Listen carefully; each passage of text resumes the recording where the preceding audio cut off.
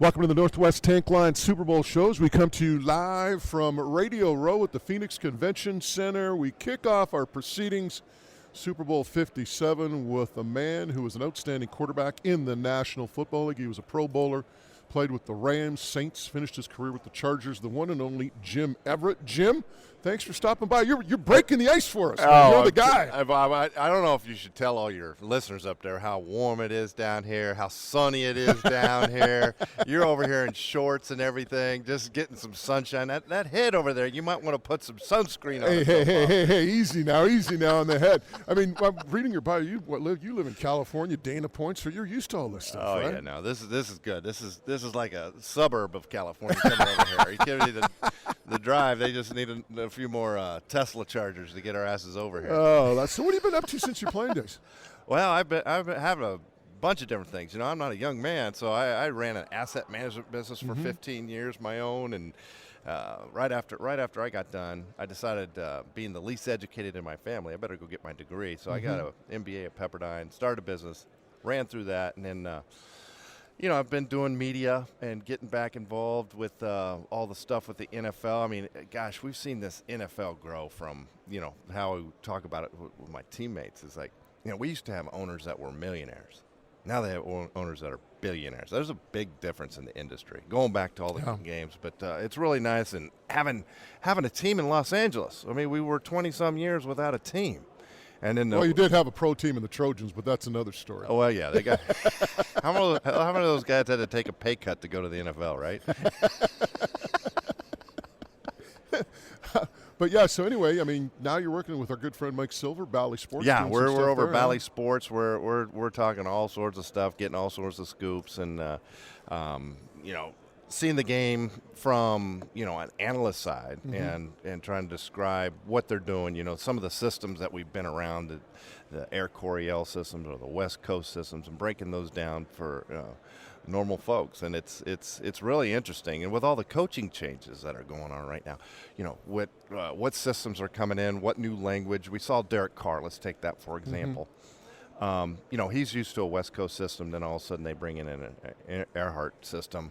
And it just didn't match up well with him running a Tom Brady offense. I think Derek Carr is a good quarterback. He's got to be in his language. And when I try to talk to listeners, there's different languages for offense. You could say it's like Spanish, one's French, one's Russian. And to learn those systems, it takes more than a year. Yeah. And so I totally see Derek Carr getting back in the West Coast. Yeah. Do you see him as a fit with the Jets? Absolutely. Yeah. No, I don't know. I mean, who knows? It could be New Orleans. You're going to look at some of the open. Tampa Bay is going to have an opening. New Orleans is going to have an opening. The Jets probably will have an opening, but they, upgrade, where's Wilson fit in that whole picture? Because, you don't want to give up on a kid like that. It reminds me a lot of Steve Young. Yeah. Steve Young went down to Tampa, didn't do so well, then all of a sudden he's in the Hall of Fame coming out of San Francisco. It's funny you talk about languages because verbiage was a big discussion point with our CFL team this year, the BC Lions. We had a young kid, Nathan Work, who just signed with the Jacksonville Jaguars to back up Trevor Lawrence, and the kid was on fire for the first 9 games and had a foot injury, brought in a quarterback from Montreal, Vernon Adams Jr., played a little bit at Eastern and then finished at Oregon. And, the big thing for Vernon, just talking to him all the time, was just, hey, man, it's still the same concept, but it's the different language that you have to learn. And you're right. And, the other thing, too, that I think gets lost on a lot of people is when you have a different coordinator every year, you're learning a different language every year. Let me break this down. Let's go simple run game. I'm with the Rams, and then we got all even calls are going right. All odd calls are going left. I traded to the Saints. Different verbiage. Even now it's left. Odd is right. Okay. So when you get years of this stuff and then all of a sudden you get change, it's like, no, you don't make calls from 0 to 10. We count backwards, 10 to 0. Yeah. So it just your mental, and it's like the guy has talent. It's just how do we extract that and make it second nature? And that's what I look at quarterbacks coming from, Jared Goff coming out, running this, the offense that they're running. Can that convert to NFL offense, and how long does it take his mind to be able to pick up what's going on? So it's really, because Sonny has a good offense, and you saw that down with TCU, but can those quarterbacks convert to the NFL with that style that we're running, which is a little bit different, and it changes all the time, especially with Jalen Hurts, what he's doing. You mentioned Eric Coryell, a little nugget that I don't even think a lot of our listeners will know in Vancouver. He started his coaching career at the University of British Columbia in the 50s. He was there for like 1 or 2 years. And I'm a UBC alum, so obviously I know this. Yeah.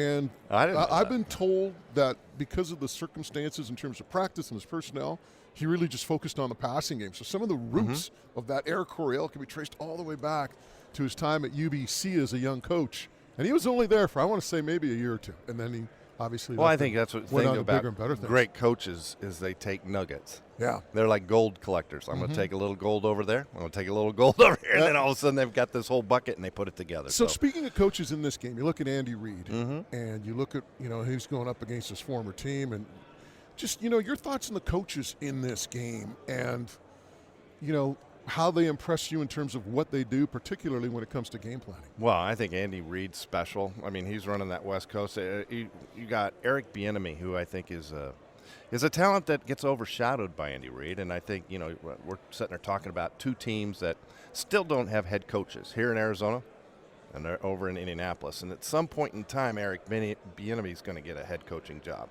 Is that going to happen this year? Those two teams are waiting.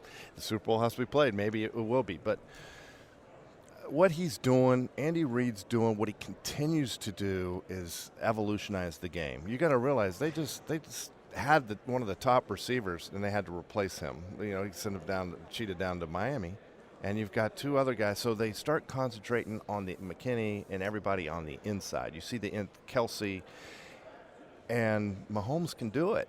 But they're really doing it without a number one outside receiver. They don't have a Brown. They don't have a Chase. They don't have T. Higgins. And that's one of the thing that you look at this offense, and it's so evenly distributed. But the corners that you have from Philly are so good. Do they cancel the whole outside game?